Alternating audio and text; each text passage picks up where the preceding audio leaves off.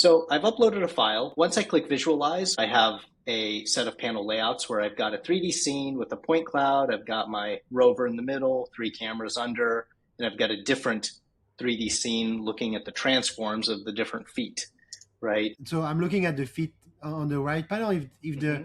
If one of them is like this and it should be like that, it's how you would debug it. It is a important property that when we're looking and analyzing our data, that seeing the feet helps us get a visual, representation of whether this worked or not. If I'm using Rviz, what am I getting? What am I not getting? Besides the fact that you have all these other adjacent panels that you can put together to get a holistic view of your robot, you have this interactive timeline where I can seek around, I can scrub, I can play. The other thing I can do is, let's say I come in here and I identified, okay, yeah, something happened with the foot here. It was maybe out of alignment or something like that. I can go in here and I can actually annotate this with an event right here.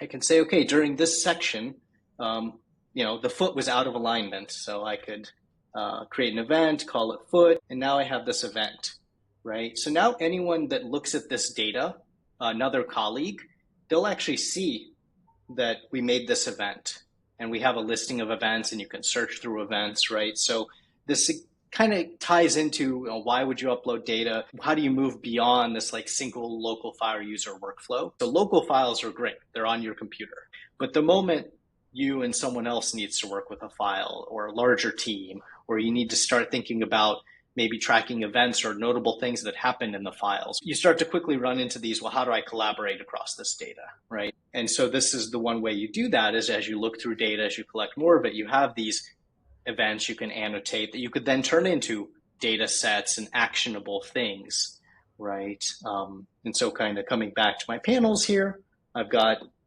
these different panels, these different views, fully customizable.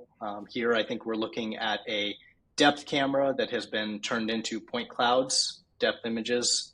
One of the features the app has, right? So just there's a lot of functionality in different panels in different ways.